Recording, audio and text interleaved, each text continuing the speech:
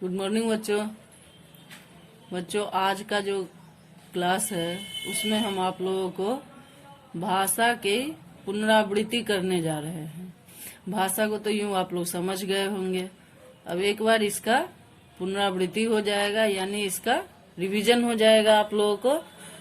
तो आप लोग देखिए अपना किताब और कॉपी, और इसमें भाषा को समझ लीजिए। भाषा के बारे में हम लोग पहले ही समझे हुए हैं कि भाषा क्या है। भाषा मौखिक अभिव्यक्ति का साधन होता है, या फिर भाषा को हम इस प्रकार से परिभाषित कर देते हैं कि भाषा वह साधन है जिसके द्वारा मनुष्य अपने मन के भावों और विचारों को प्रकट करता है और दूसरे के भावों और विचारों को ग्रहण करता है।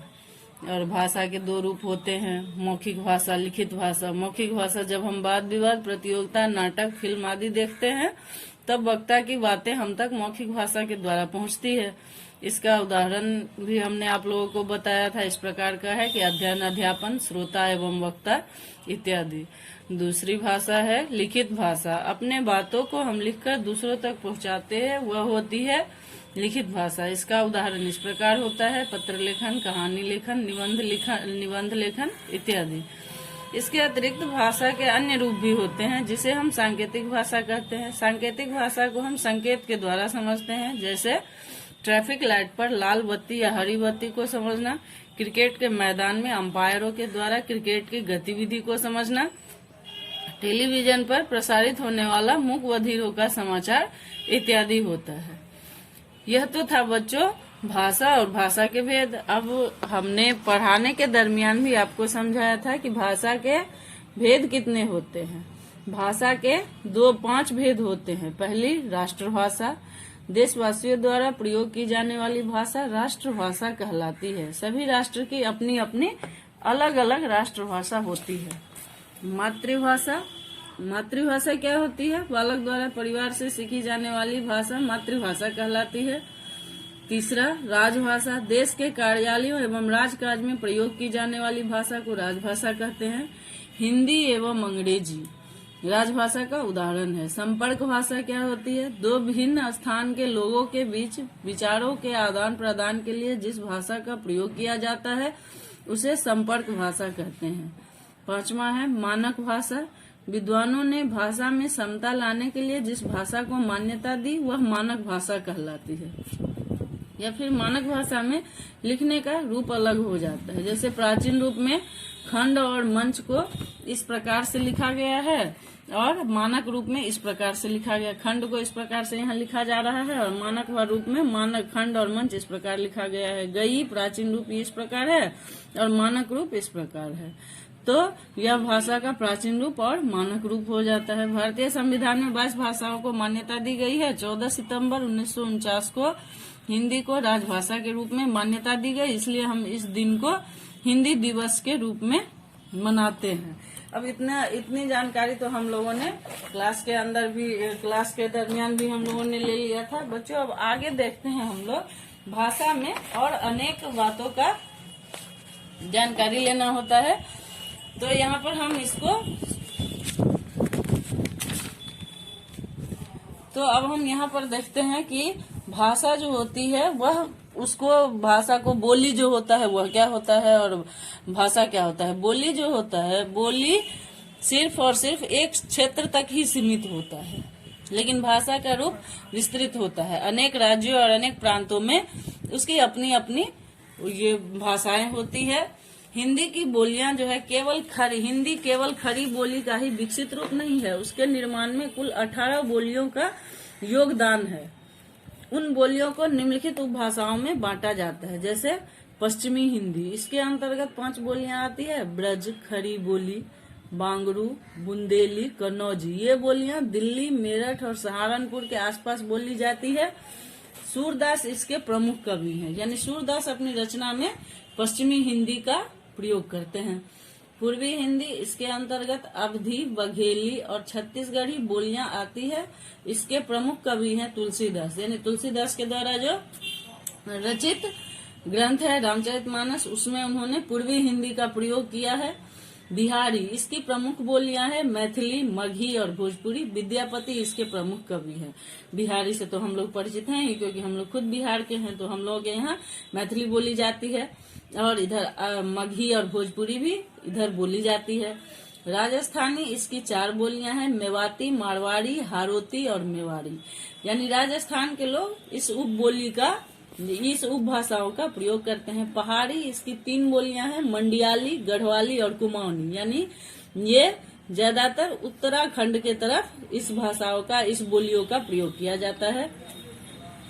बच्चों, हिंदी का महत्व क्या है, इसके बारे में हम लोग एक बार फिर से जानकारी प्राप्त कर लें कि हिंदी का महत्व क्या है। आज हिंदी भारत की राजभाषा है। इसे हिमाचल, हरियाणा, उत्तराखंड, उत्तर प्रदेश, राजस्थान, मध्य प्रदेश, छत्तीसगढ़, बिहार, झारखंड और दिल्ली की भी राजभाषा होने का गौरव प्राप्त है।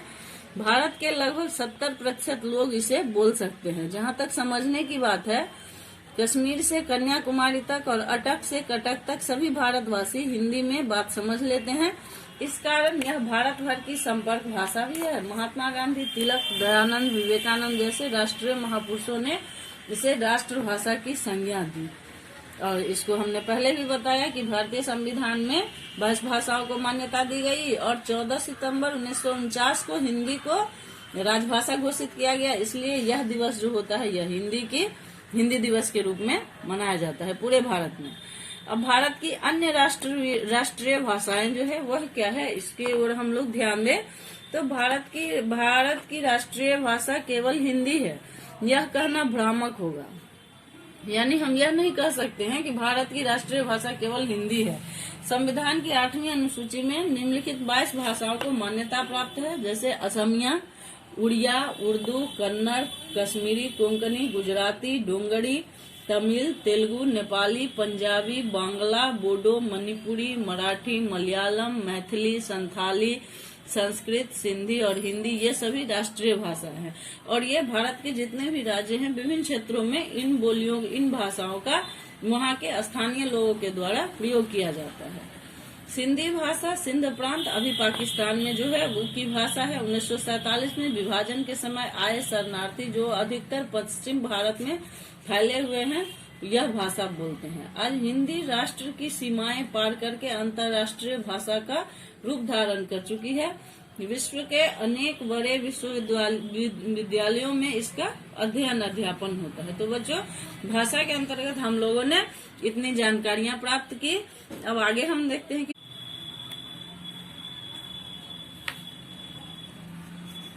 भाषा के बारे में जानने के बाद अब हम लोग जानेंगे कि भाषा और लिपि क्या होती है। भाषा की ध्वनियों को जिन लेखन चिन्हों के द्वारा प्रकट किया जाता है उन्हें लिपि कहते हैं। प्रत्येक भाषा की अपनी लिपि होती है। जैसे मराठी, हिंदी, संस्कृत भाषा की लिपि देवनागरी है। पंजाबी भाषा की लिपि गुरमुखी है, यानी पंजाबी भाषा गुरमुखी लिपि में लिखी जाती है। उर्दू भाषा फारसी लिपि में लिखी जाती है। अंग्रेजी भाषा रोमन लिपि में लिखी जाती है। तमिल भाषा कन्नड़ में लिखी जाती है। मलयालम तेलुगु में लिखी जाती है। असमिया और उड़िया भाषाएं भी विभिन्न लिपियों में लिखी जाती है। अब लिपि की आवश्यकता क्यों पड़ी, यह देखो। लिपि की आवश्यकता अपने ज्ञान, विचार और भावों को स्थिर, अस्थायी तथा विस्तृत बनाने के लिए लिपि का उद्भव हुआ। जब भाषा बना तो भाषा में लिपि की भी आवश्यकता हुई और उसके लिए जो आवश्यकता हुई तो वह ज्ञान, विचार और भावों को स्थिर, अस्थायी तथा विस्तृत बनाने के लिए लिपि का उद्भव हुआ। अब यहाँ पर भारत की प्रमुख भारतीय भाषाएं एवं उनकी लिपियों के बारे में दिया हुआ है। जैसे यहाँ भाषा हम लोग देखते हैं तो हमने पहले यहाँ भी बताया है कि हिंदी क्या है, लिपि है देवनागरी और उदाहरण है हिंदी। सिंधी का जो है लिपि देवनागरी और उदाहरण है सिंधी। मराठी की जो लिपि है वह है देवनागरी और मराठी। कोंकणी का जो है वो है देवनागरी और मराठी। संस्कृत का जो है, संस्कृत का भी देवनागरी है और संस्कृत है। नेपाली देवनागरी और नेपाली। तो यहाँ हम लोगों ने देखा कि यह 4-5 भाषाएं जो है उनका एक ही लिपि है देवनागरी, सिर्फ और सिर्फ कोंकणी को छोड़कर। आगे देखो बच्चों, और सारी और विभिन्न भाषाएं हैं और उन विभिन्न भाषाओं की भिन्न लिपियां भी है। जैसे संथाली का देवनागरी है और इसे ओल चिंकी भी बोला जाता है। और इसका उदाहरण में संथाली ही आता है। डोंगरी है, डोंगरी भी देवनागरी लिपि में लिखी जा रही है। बोडो है, बोडो की भी लिपि देवनागरी है। मैथिली देवनागरी, कश्मीरी फारसी, उर्दू फारसी, उड़िया उड़िया ही है इसकी लिपि। बांग्ला, इसकी लिपि बांग्ला ही है। असमिया, तो इसकी लिपि असमिया ही है। तमिल, तो तमिल की ब्राह्मणी लिपि है, ब्रह्मी लिपि है। तेलुगु, तो तेलुगु की तेलुगु ब्रह्मी है। मलयालम, मलयालम का है भत्ताथुलु। कन्नड़ का कन्नड़ ब्रह्मी है। मणिपुरी का मणिपुरी है। पंजाबी का गुरुमुखी है। गुजराती का गुजराती है। तो हमने यहाँ विभिन्न भाषाओं और विभिन्न भाषाओं के प्रमुख लिपियों के बारे में जानकारी प्राप्त